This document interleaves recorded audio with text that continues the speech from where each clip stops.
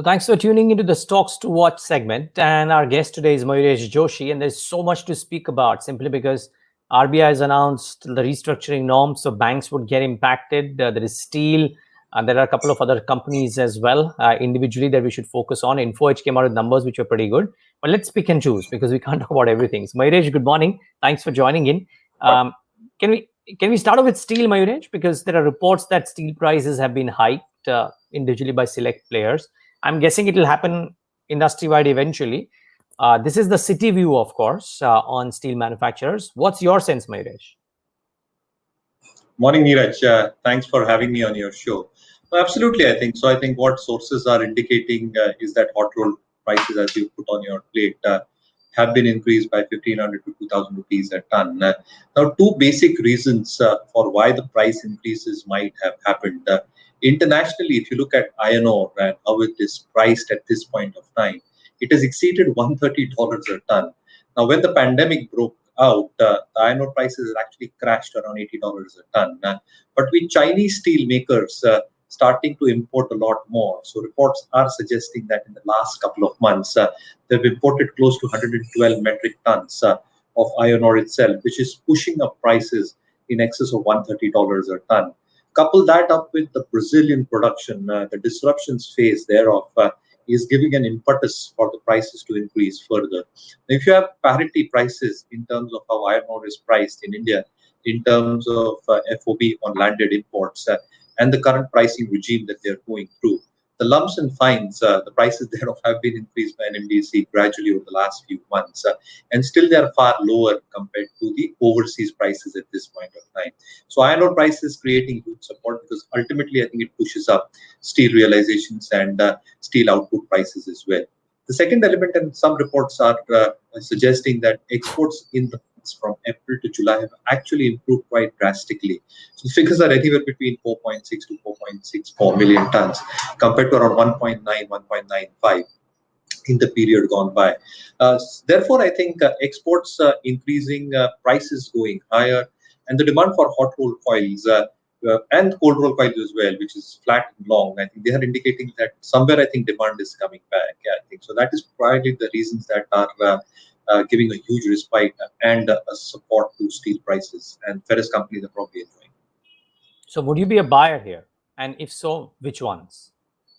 No, there can definitely be momentum trades, Niraj. For structurally this industry and the sector to come out, I think it has to be more consistency, and demand and supply dynamics have to match. Demand probably looks steady at this point of time, but is it consistent enough in terms of a real economic recovery that we're probably looking at? So yeah, I think momentum trades can very well continue with stocks like Tata Steel. Got it. Okay. Viewers, so bear that in mind. Momentum trades. Mayuresh chose his words carefully. Okay, let's move on to the others. And Mayuresh, I found this announcement from ITI very interesting. For different reasons, it's actually been a reasonably good stock. But here's a PSU name getting a reasonably large order, seemingly from one of the marquee telco players in Airtel, right? They've done this MOU, which is fine. But the LOI from Airtel for fiber to home rollout in 8 circles across the country, I thought that was pretty interesting. I mean, have you analyzed ITI at all, even though it's a PSU name? Oh, yes, and it's very interesting, Niraj, because I think most of the time this stock was doing nothing in the last few years. Suddenly, I think the momentum has come back, and there are valid reasons for that. So the fiber to optic rollout that you're talking about, I think the kind of penetration that IT has in the hinterland specifically, I think that creates a huge amount of impact in terms of the network that it has already laid out and the extension of that network that can get carried out. So that's a huge difference in terms of infrastructure already being present to a certain extent with these guys. The second element is a part of their book is also present in defense. So I think the telecommunications part of ITI and the defense order that one really talks about, specifically in the Northeast when it comes to encrypted messages being so vital for our armed forces. I think ITI plays a very, very critical role in that. And there are other sub-segments in their business as well. So I think they've also got what Schneider does, right? Smart meters, so on and so forth. So they're present in most segments that you're probably talking about in terms of infrastructure outlay. Order book is pretty reasonable as well. What was hampering them in the past few quarters was execution and a little bit of working capital constraints. But I think with execution improving in the expectations of more orders flowing through, my own sense is that the kind of cash flows that they can generate, even the working capital needs, can slowly and steadily start coming down. Yeah, so I think it's an exception. It has done phenomenally well, Neeraj. If you look at the price in the last 1 year, it has moved significantly from where it was. I think odd 50, 60 odd levels are around 130, 140 right now. So yeah, I think there is still some juice left in the stock. Still some juice left in the stock. Do watch out for ITI. It could. I don't know. I somehow think that this could bring about some moment today itself. Let's wait and watch. Lastly, Mayuresh, is Amber Enterprises now yesterday's Dixon's move, and we were analyzing. It's probably gone up 6x. So back-end manufacturers are certainly in focus. But Amber, it's kind of a step cousin, right, of sorts compared to Dixon. However, in its own right, it seems to be doing okay. How do you view this QIP launch, the fundraising, and if the response is good, then what happens? Oh, absolutely. I think you put it and penned it absolutely right, a step cousin. I think the reasons are very valid, right? Why you said that, Niraj, because Dixon has far more optionalities with them in terms of air-conditioned manufacturing, in terms of mobile manufacturing, LED manufacturing, so on and so forth. So Amber probably gets restricted still to the room air conditioner market at this point of time. But what has probably happened in terms of their communication and mobility vertical, which contributed 31%, the con call was pretty clear.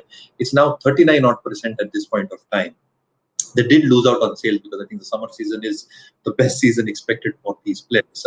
But with large expectations that are expected to through, specifically in terms of China plus one. So the entire factor of more outsourcing expected to come through, more export opportunities for these players. I think the revenue growth over the next 2 to 3 years can be quite significant. Again, I think tier 2, tier 3 cities and the kind of weather anomalies that we're probably witnessing in India, I think the pricing and the affordability for room air conditioning with more models and variants coming through can prop up the bottom line as well. So yeah, I think it's expected to have a steady performance over the next 2 to 3 years. This year might be a little bit of a blip in terms of reported numbers, which means EBITDA margins get dragged, ROEs come down to higher single digits. But that should improve in a V-shaped manner in the coming few years as well. So there is a good story, a structural story playing out. They're trying to diversify as well. So yeah, investors who probably own this stock should continue holding the stock. Okay, so if you own the stock, continue to own it. That's Mayuresh's advice. Mayuresh, so good having you today. Thanks so much for joining in. We have 11 minutes away from market open. Have a great day. You too. Thank you. And viewers, thanks for tuning into this Stocks to Watch segment.